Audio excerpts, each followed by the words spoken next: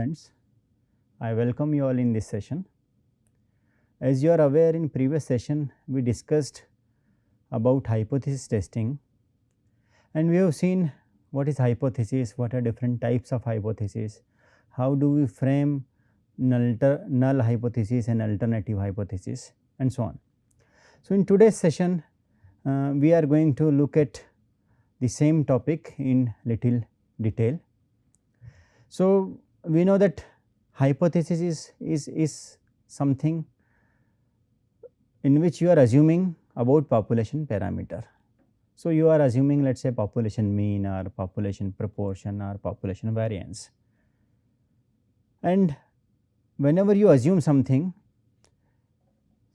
you would like to test it. So, the moment you test your hypothesis, it becomes statistical hypothesis, is not it. So, you can have as we have discussed in previous session that you have got research hypothesis, right, and we have seen that there is something called statistical hypothesis. So, the moment you test research hypothesis, it becomes statistical hypothesis. Now, statistical hypothesis can be again either null or alternative hypothesis. So, we have seen couple of examples in previous session. For example, let us say the market share of your company is 18% and you have worked a lot in last let us say couple of months along with your employees on the to increase market share of your firm, and now you think that the market share has gone up and it is now more than 18%. So, how would you frame null hypothesis and alternative hypothesis? So, we have seen that the null hypothesis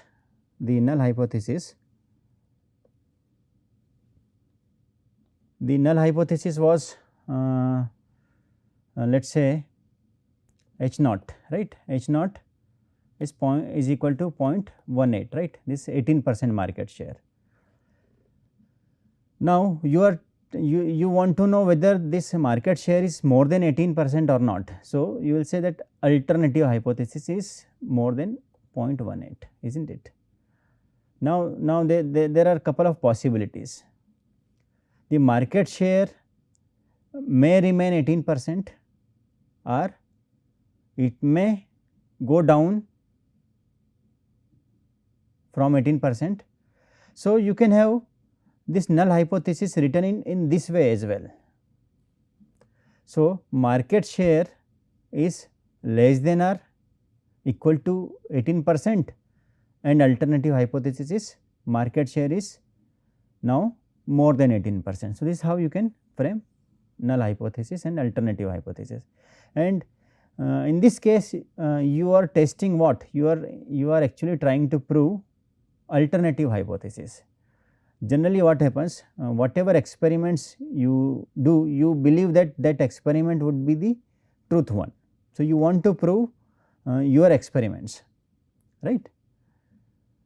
Let us look at something more about hypothesis testing.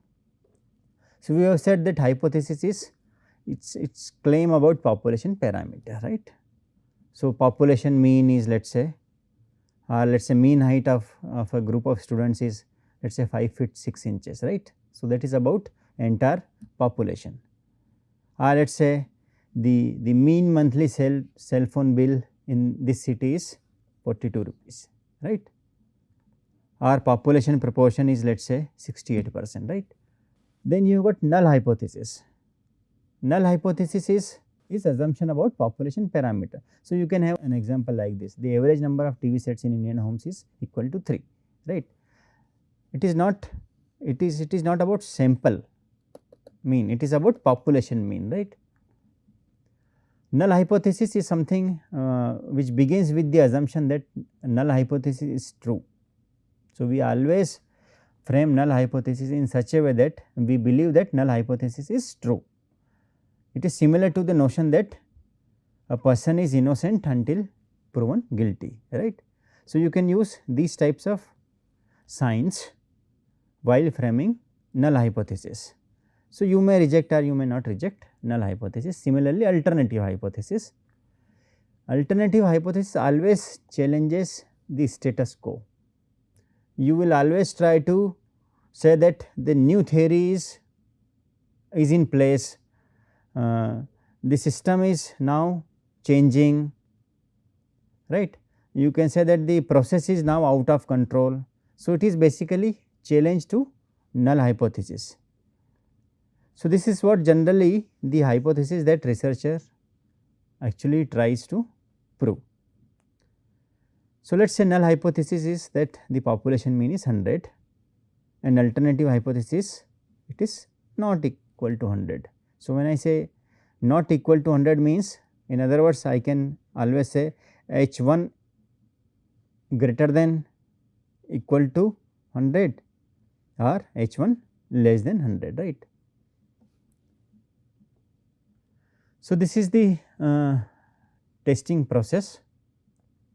So, let us say population mean age is 50. So, this is your null hypothesis and alternative hypothesis it is not equal to 50. So, there is a population, you need to take a sample from this population and find out the sample mean or age of the sample which you have selected from population. Suppose the sample mean is sample mean age was 20 and hypothesized population mean in this case was 50, right. So, we will say that this is significantly lower than the claim age of 50. So, if the null hypothesis were true, the probability of getting such a different and such a small sample mean would be very low. So, you reject the null hypothesis. In other words, getting a sample mean of 100 is so unlikely if the population mean was 50. So, what we are saying is, if we assume that the population mean was let us say 50, then how it is possible to have sample mean of 20, right. So, we will reject this null hypothesis. So, the same thing can be said in this way. If it is unlikely that you would get a sample mean of 20 when in fact 50 was the population mean. So, then you reject the null hypothesis of population mean 50. Let us look at how to test hypothesis testing or how to test a hypothesis. So, if sample mean is close to the population, you will not reject the null hypothesis, otherwise you will reject it, right. So, we have to take a decision how far the sample mean should be from population mean. So, how far is this far enough to reject null hypothesis, right. So, to help us in a situation like this, probability will come into picture and there is something called confidence level or alpha, right. So, on the basis of alpha we will decide how far this sample mean should be from population mean to accept or to reject a null hypothesis. So, let us look at this distribution wherein this area is a rejection of it is a non rejection region. So, if sample mean falls somewhere in this region, you will not reject the null hypothesis. Otherwise, if sample mean is somewhere here or somewhere here, you will reject the null hypothesis. So, there are two rejection regions, right. So, these two limits are actually too far away from mean of sampling distribution. Now, after looking at hypothesis, let us look at different types of errors in hypothesis testing. So, basically there are two types of errors. First is type 1 error and the other one is type 2 error.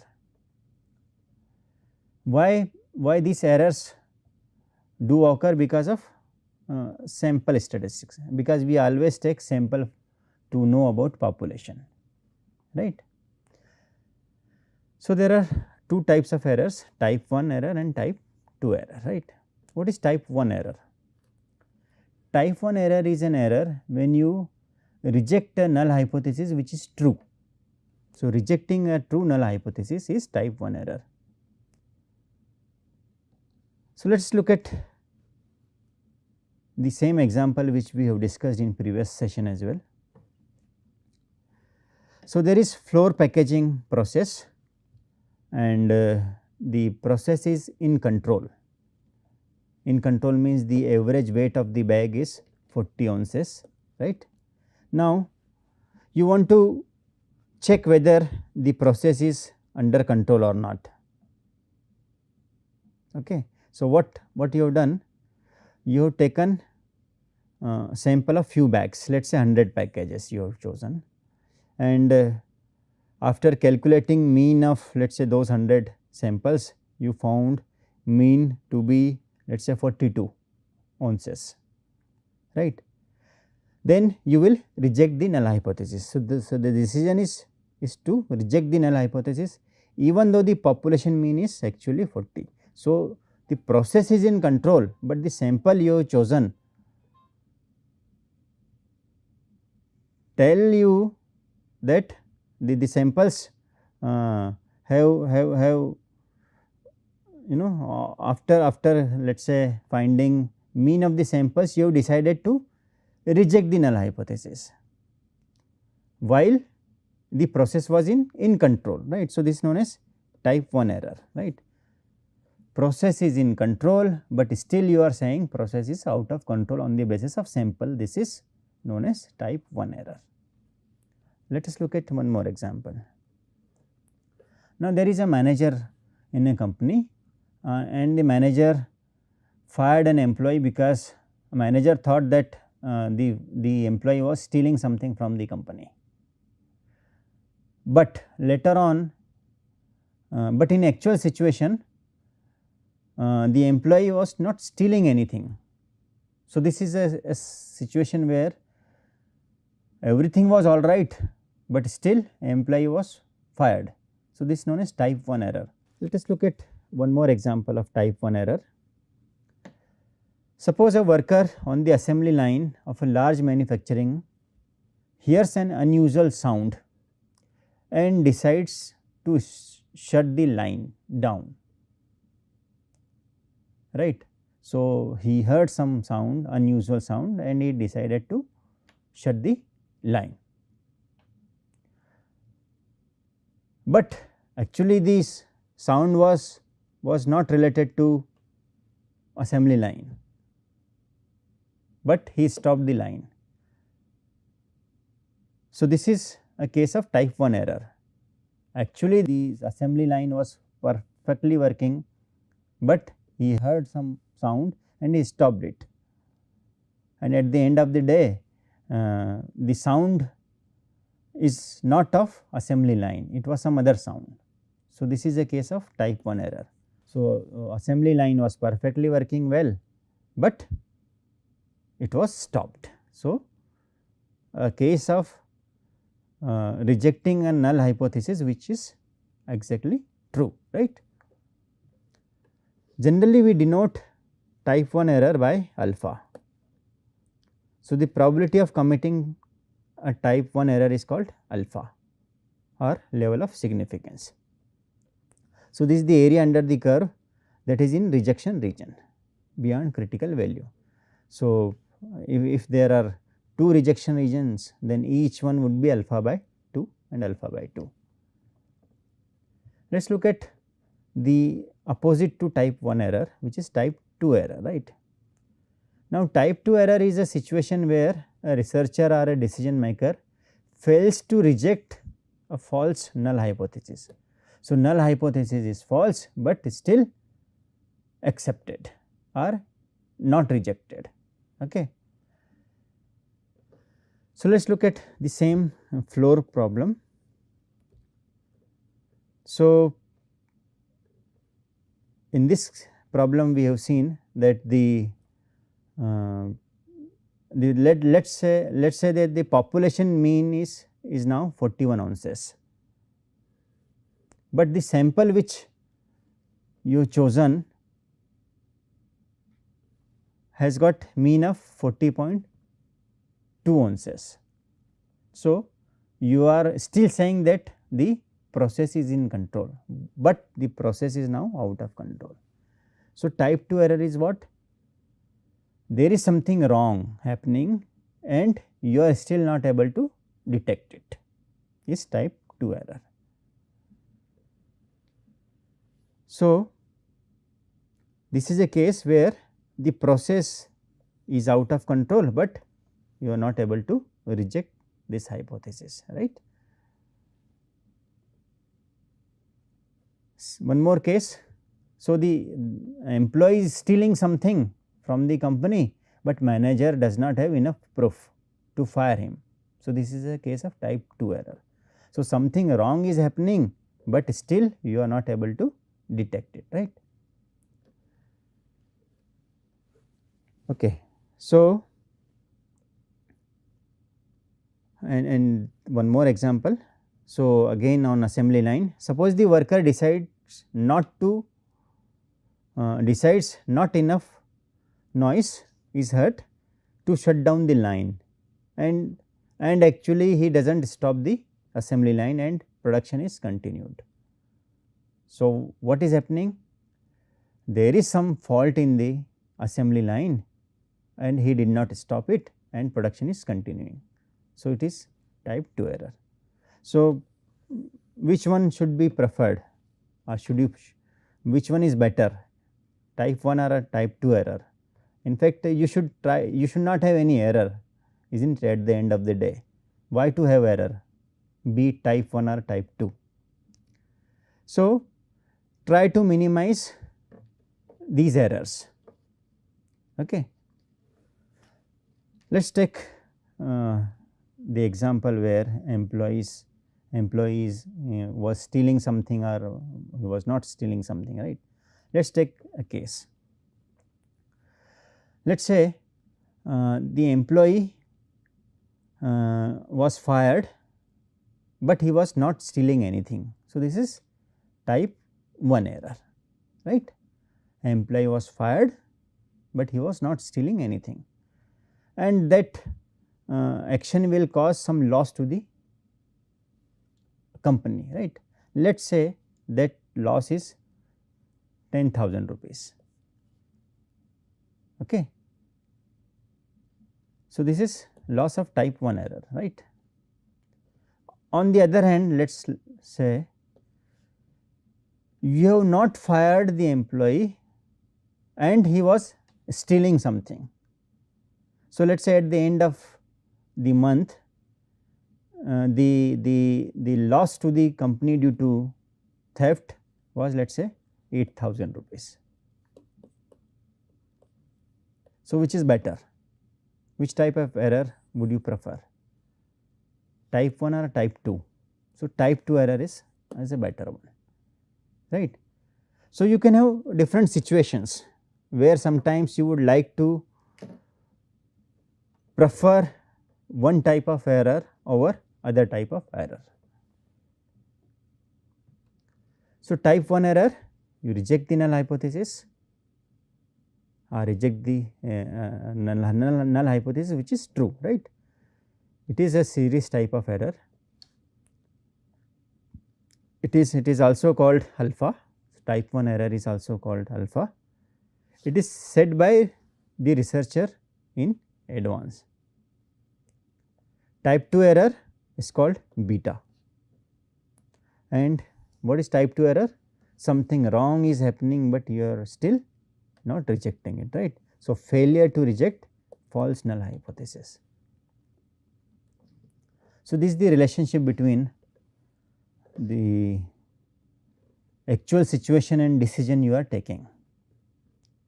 Okay, let us look at this. In actual situation, your null hypothesis is true, right, but decision you have taken is to reject it. So, this is known as type 1 error. So, true null hypothesis is rejected is type 1 error. The extreme end, what you have, the actual situation is false, but you do not reject it. So, null hypothesis is actually false, but you do not reject it, this type 2 error. and this is something where actual situation is null hypothesis is true and you do not reject it, and in actual situation null hypothesis is false and you reject it, right. So, there is no error in these two cases. So, what we want? We want to have this is known as power of test 1 minus beta, which is equal to 1 minus alpha, right. Is the probability of statistical test rejecting null hypothesis when the null hypothesis is false, is not it? And this table is showing a relationship between alpha, beta and power, right. So, what you want at the end of the day? You want a false null hypothesis to be rejected and a true null hypothesis not be rejected, right. So, this is one and the same thing. You have got confidence coefficient is the probability of not rejecting null hypothesis when it is true. Confidence level, the confidence level of a hypothesis test is 1 minus alpha into 100, right. Power of test 1 minus beta is the probability of rejecting a null hypothesis when it is false, right. So, this is important definition, power of test. So, after looking at these two errors, we should know that these two errors simultaneously cannot happen. If one error happens, the other will not, and vice versa, right. So, a type 1 error can only occur if null hypothesis is true, and if null hypothesis is false, then only type 2 error can happen, right. So, these two errors T1 and T2 are mutually exclusive and collectively exhaustive, right. Mutually exclusive because one can occur at a time, and collectively exhaustive means there are only two. So, let us look at this slide wherein you have been given critical values and rejection region. So, this is your rejection region, another rejection region. So, there are two rejection region, first rejection region and second rejection region. So, this is your known rejection region.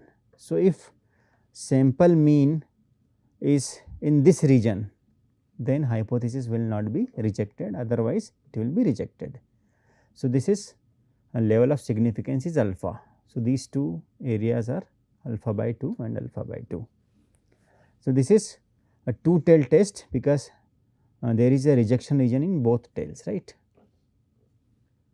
So, this is the case wherein we have said that the average TV sets in Indian homes is 3, right. So, null hypothesis is this, alternative hypothesis is this, right. Let us look at hypothesis test for the mean.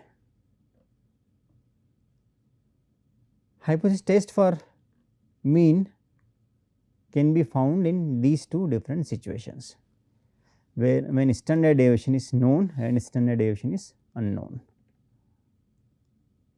Let us look at this case first. So,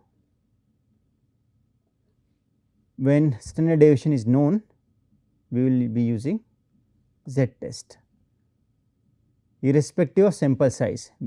Even if sample size is let us say 20 and standard deviation is known, we will go for Z test, right. So, x minus mu divided by standard error of mean, right. So, let us look at hypothesis testing approach. There are basically multiple approaches. So, there is something called critical value approach, in which we will take the value of z from table and will take decision whether to reject a null hypothesis or not, right. So, for two-tailed test for the mean sigma is known, convert sample statistics to Z statistics first, determine the critical value from table, and if the test statistic falls in the rejection region, reject null hypothesis, otherwise do not reject null hypothesis. So, this is lower critical value and upper critical value, from table you will come to know, right. So, there are two cutoff values defining the regions of rejection. So, this is your mean value, right, average number of TV sets in Indian homes 3, right.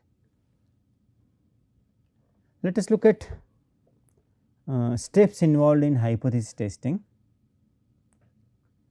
There are 6 steps, and of course, it depends on which study material you refer. Sometimes you can have 4 steps, sometimes you can have 6 steps and so on, right. Only the thing is what decisions you are taking in each of those steps, right. So, the first step in hypothesis testing is you need to frame null and alternative hypothesis, or you need to propose null and alternative hypothesis. The second one is choose significance level and sample size. So, let us say if we test a hypothesis at 5% level of significance. So, what is the meaning of 5% level of significance? This means that we will reject the null hypothesis if the difference between sample statistics and population parameter, or population mean, or proportion, or variance, right. So, we will reject the null hypothesis if the difference between sample statistics and population parameter so large that, or a large difference would occur on the average only 5 or fewer times in 100 samples when hypothesized population parameter is correct. So, what did you understand out of this? So, let us say if population mean is 3, then if you take sample, find out its mean, then out of 100 times only 5 times the null hypothesis would be rejected if it is true. Okay. Let us look at the same the step number 2. So, we generally select hypothesis, or we test hypothesis at significance level of 99, 95 and 90%. The higher the significance level we use for testing hypothesis, higher the probability of rejecting a null hypothesis when it is true. So, this is a case of 99%, and this is the case of 50%, and this is the case of 90%. So, these are your population mean in these 3 distributions, and this is your sample mean. So, you are testing hypothesis at 99%, and you are not rejecting null hypothesis, and this is your non rejection region, is not it. So, let me erase all this. Okay. If you look at second one, let us say when you test the same hypothesis at 90% significance level, this is your sample mean, again you are not rejecting null hypothesis, but when your significance level is 50%, this sample mean is in now rejection region, this is your rejection region. So, you will reject the null hypothesis. So, what we have said, the higher the significance level we use for testing a hypothesis, the higher the probability of rejecting a null hypothesis when it is true. So, it is always suggested that the null hypothesis or hypothesis is to be tested at this significance level. So, let me summarize what we did in today's class. We have seen hypothesis, what is null hypothesis, what is alternative hypothesis. We have seen what are different rejection regions, what is critical value, how to get z value for a given value of n, and sample mean and sample standard deviation. In next class we will continue the same thing, and after looking at these two steps, in fact the next one is you need to determine the appropriate test statistics. So, first step is frame null and alternative hypothesis, second step is choose alpha, third is determine which test you want to apply, whether t test or z test, then find out critical value and compare these sample statistics with the hypothesized population parameter and take a decision whether the hypothesis is to be rejected or not to be rejected. Let us look at this slide, wherein this is basically a two-tailed test. Why we are saying a two-tailed test? Because there are two rejection regions, right. So, let us say mean life of the bulb is 1000 hours. So, a manufacturer of bulb is claiming that the mean life of the bulb is 1000 hours, and alternative hypothesis is no, it is not 1000 hours. So, we will take a sample and we will measure life of the bulb and we will take a decision accordingly. So, this two-tailed test. In one-tailed test, this is if sample mean falls in this region, we will reject the null hypothesis, otherwise not. So, this is rejection region, this is non-rejection region. So, let us say a wholesaler that buys bulbs would not accept if the life is less than 1000 hours. So, the manufacturer is claiming that the life of the bulb is 1000 hours, but a buyer, he would not select those bulbs for which life is less than 1000 hours. So, this is one-tailed test. Let us look at one more example of one-tailed test. So, let us say monthly expenditure should be kept at 100 on an average on certain activity, right. So, null hypothesis is that mean expenditure should be 100, and if the mean expenditure goes more than 100, then an action is to be taken, right. So, alternative hypothesis is this mu greater than or equal to 100, right. So, this is rejection region. So, if sample mean falls in this region, we will reject the null hypothesis, otherwise not. So, the remaining steps we will see in next class. Thank you.